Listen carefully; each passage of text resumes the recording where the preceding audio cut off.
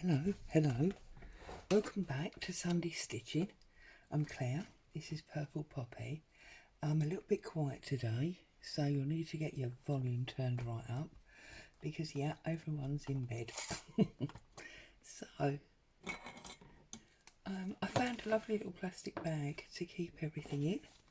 So, I thought that would be handy because I've got so many projects flying around my desk. I didn't want to get it all lost and mixed up. Although this seems like a very secure bag, I can't get it out. There we go. So, last time we were here, we did the grid and then we cut a square of fabric and we used an alternative decorative way to put our buttons on. And then while you weren't here, what I did was I started to do my frame. So I'm just going to take this gold thread out because I don't need that in there at the moment. I need some black. So all I did was I took some black thread, I split it down to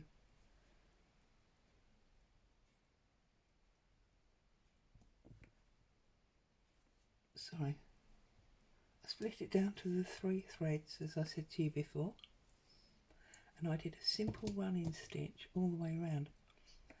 Now for those that don't know a running stitch, I can't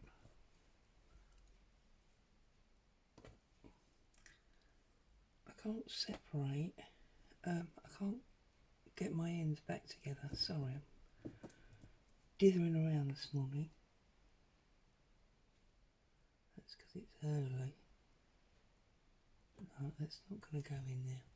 We're going to cut a fresh end.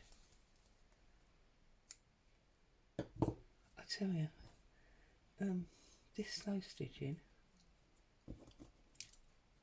is super lovely and calm until it comes to threading the needle, and then it all just goes kadum. Absolutely crazy. So, oh goodness me, I should have threaded the needle before I came on, shouldn't I?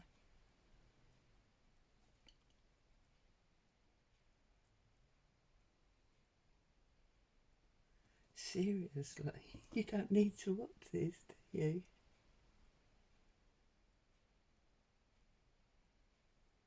Have I got it? I think I've got it. Yes. Okay. So, I've got a really long bit of thread here because I've got quite a long way to go. So, running stitch, for those of you that don't know, it's very simple. It's where you basically keep your needle on the surface. So coming up from the bottom, okay, like so, and then I tend to work from right to left. I'm sure if you're left-handed you would work the other way around.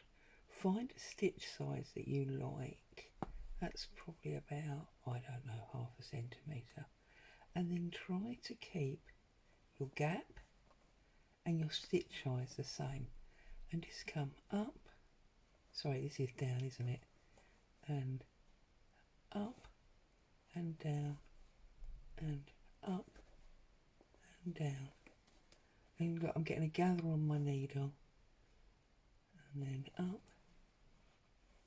oops, and down, and then up, and then just pull it.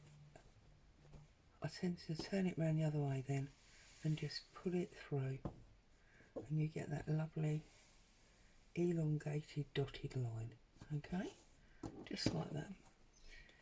Now obviously normally you'd carry on up there, but I've done that square, so now I'm going to go around the corner, okay, so I'm going to go back down almost in the hole I was in, just to line up the stitch where I want it to be. Okay, and then come back up. Now remember that we're starting with a space, so come along a little bit of a way, about there, yeah, and just run it through. Okay, so down, up, down,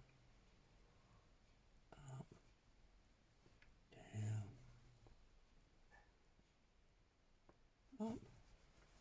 That one's a bit short, but never mind. Down, up. And I know it looks like the fabric's screwing up, but it'll flatten, it's not a problem. And just keep going until you run out of needle space to gather on, basically. I find the longer line you can do, the straighter it tends to be. Might just be me. You may not struggle to go straight. And then we've reached the end. Okay? Push it up and just pull it through. See? And then as you pull your gather out, your stitch will come through, your fabric will flatten, job done. Okay, you don't need to watch me go on for ages and ages doing that. So I'm just going to tuck my needle in there so you know.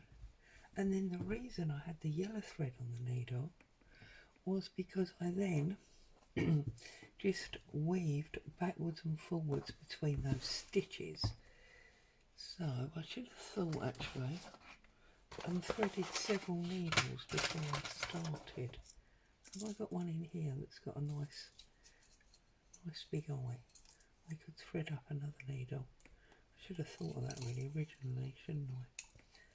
Anyway, whoops, these things are all sent to try us, are they not? So the gold, which again is 3 strands.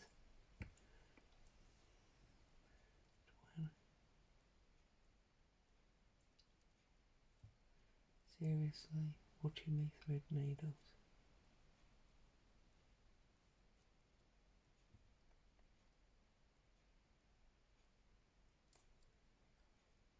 If like me,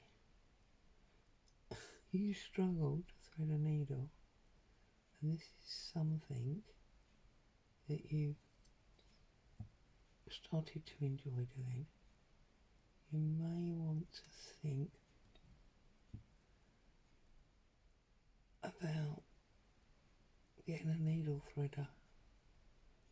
I think it'll be on my Christmas list because this is, or of course buying needles that have got appropriate sized eye holes in them, that would help as well.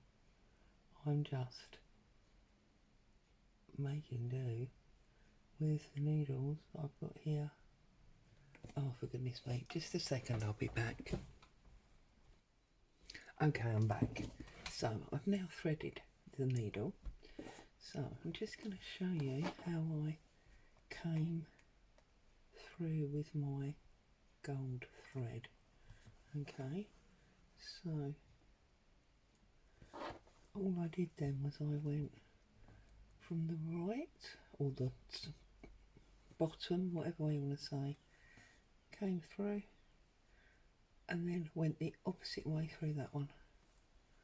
Okay, so hold down that bit of fabric, so go from, as it were, the right, and then go from the left, or the top and the bottom. It just, as long as you go from one side and then the other, and you alternate, doesn't matter what you call it, does it really? Okay, like that, preferably without causing a knot. if you get to a point like that, I mean, obviously I did great long rows, but then that's obviously, let's put a pin in here so this stops moving and you can hopefully see a little bit better. Put a little pin in there, hold that down. Right, so I'm on this side, so now I need to be on that side. So hold the thread and come through the other side without putting your needle through the thread, just like that, and then through that way. Okay, and just keep going, and that's how I got my black and gold edging to my boxes in my grid. Okay, and I'll just keep moving it around because I'm a bit cock-eyed and I find it easier to work that way. There we go.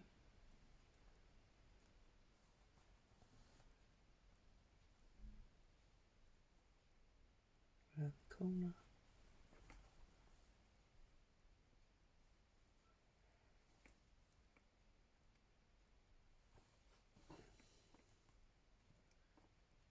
Down. Up. Down. Up. Down. Up. And then just all the way through now rather than on top of the fabric.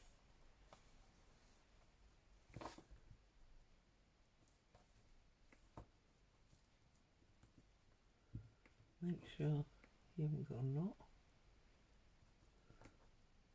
because it's always annoying when you've got a knot going on.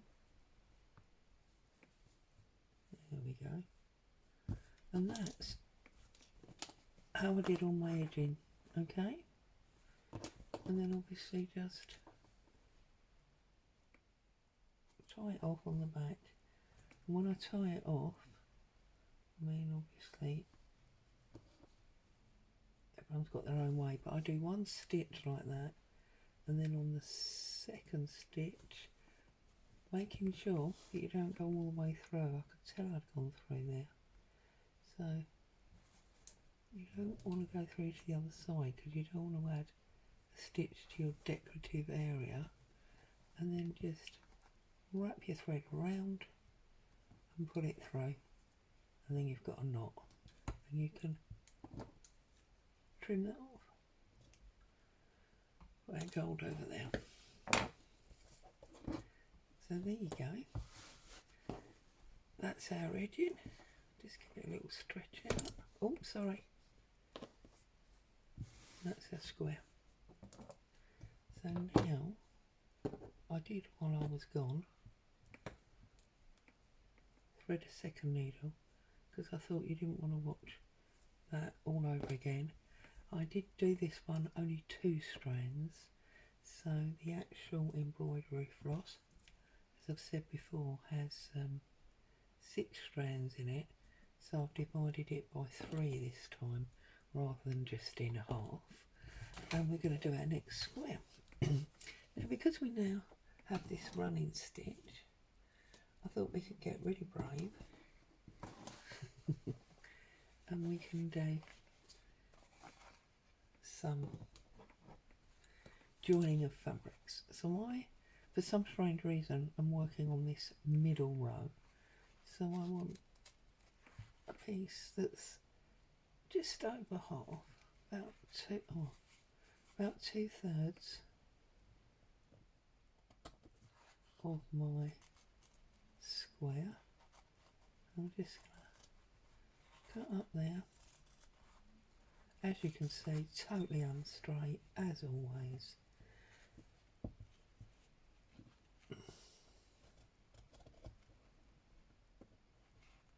Make sure, like last time, that it sits inside my square. So I'm going to pop it just there So I want to see my grid line, but I don't want to see too much of my white fabric. And then you see I've got this thin piece from last week. Shall I use my pinking shears again? Just as that's what we seem to have done. So I'm just going to cut off that random piece, so that's more square again. I'm going to pop that on top like that. Actually, I needed that to be a bit shorter, so let's just cut a piece off. There you go. I'm going to put that there, like that. Turn it up the other way. Just keep an eye on which way your pattern's running and all that sort of thing. And then I want a bit to cover that square. So I'm going to cut this bit here like this, just an odd bit, and I'm going to pop that down there like that. So we've got, as it were, a patchwork of 3 of our fabrics, and we're going to use our running stitch to join them all together to our fabric. So I'm just putting a pin in there, and I'm putting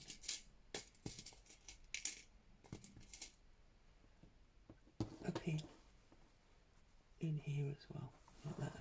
Okay. Now I've chosen the 3rd colour thread because we had the black, the gold and this mushroomy type colour. Okay, so I've got a knot in my thread. I'm going to go, as I say, I'm pretty sure that you're not supposed to use a knot. Just want to straighten that up a bit. It's not quite as straight as I'd like it. I'm sure you're not supposed to use a knot in embroidery, but hey ho. Right. Take the black out, so it's out of the way. And again, we're just going to do our running stitch, okay? So, actually, yeah, no, we're going to do even size running stitch. Don't change your mind, Claire. That's when it all goes wrong. That's just got stuck on my pin. That's fine. Just put that through. Okay. Now you will find, or I do, that if you just do one stitch at a time, that's when it's really hard to get a straight line. Because, see, look, you see, things wander, and I've got like more diagonal stitches.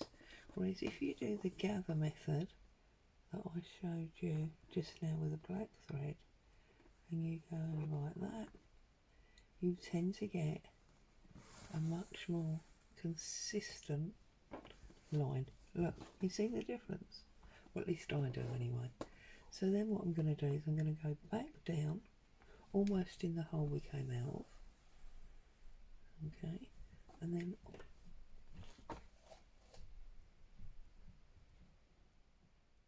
sorry, the way of movement upstairs. And on the back of the thread, I'm going to come along about a stitch length, and then I'm literally just going to go back down. So, and just keep going until you've got all of your pieces attached.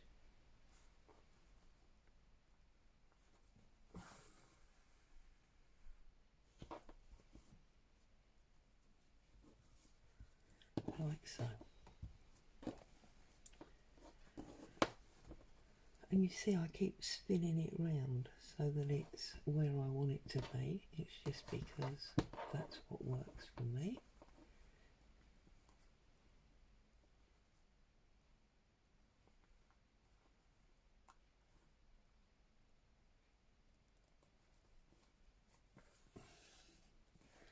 I've just done one stitch here because I'm not continuing along the bottom there. I'm actually turning to go back up.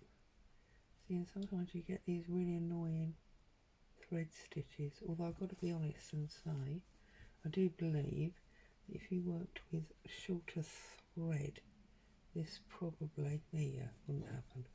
It's not a proper knot, it's more where the thread gets itself sort of caught on itself. Right, so we're going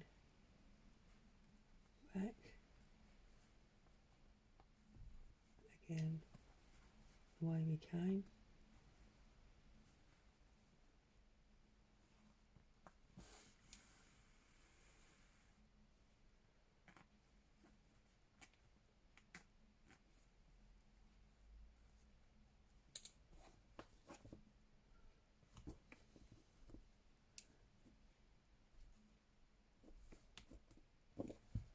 Okay, you can take that pin out now because you've got enough stitches in there that it shouldn't move too much.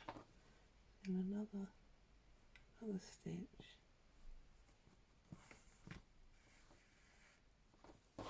And then back down, almost in the same hole, along about a stitch length. And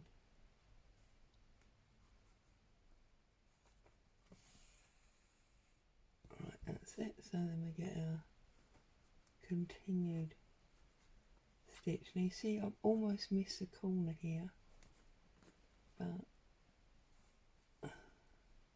and I have missed it there.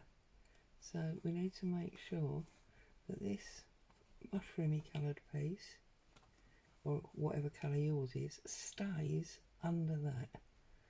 Okay, don't let it be a naughty fabric and go somewhere else. So if need be, adjust your stitch size to make sure that your fabrics are where you want them to be. Okay,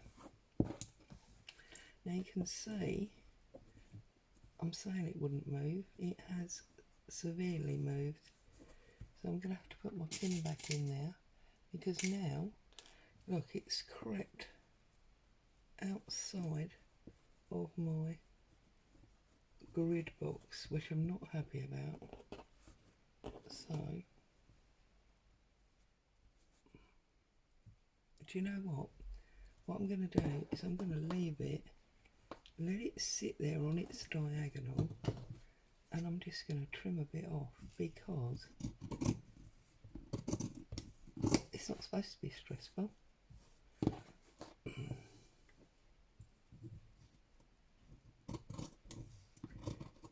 And this just shows you, you know, you can't go wrong. Can't do anything wrong. There you go. Right, sorted. So, where are we? We are down. So we need to go down and along a stitch. There we go. And then we can do our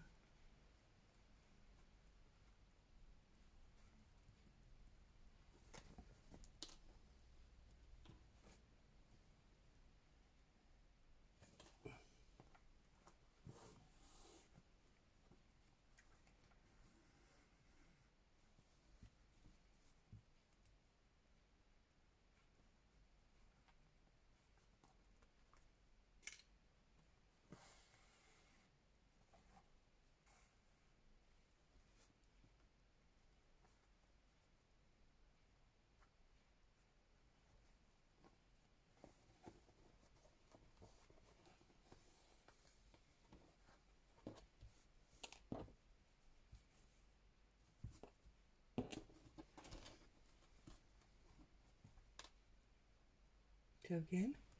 I'm coming along about a stitch length, maybe a bit wider.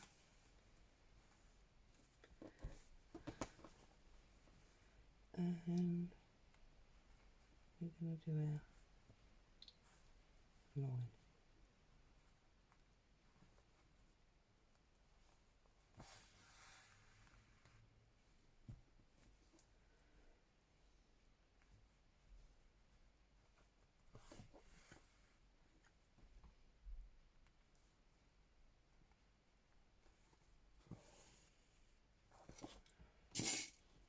That's the black thread from the edging.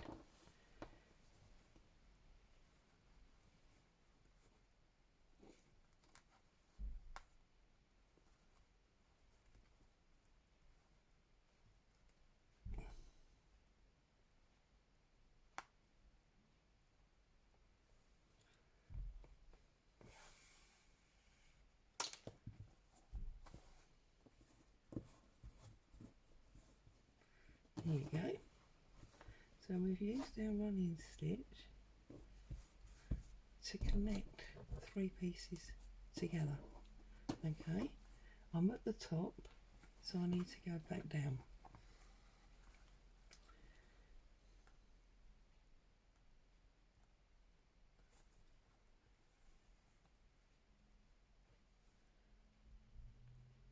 Just tie that off. There we go. And we can snip our thread like so. So, there we go.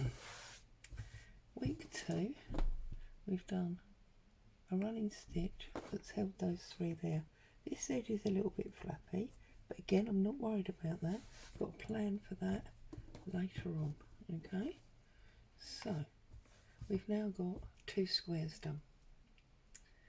I hope you're inspired and you're going to carry on stitching with me. Stay safe.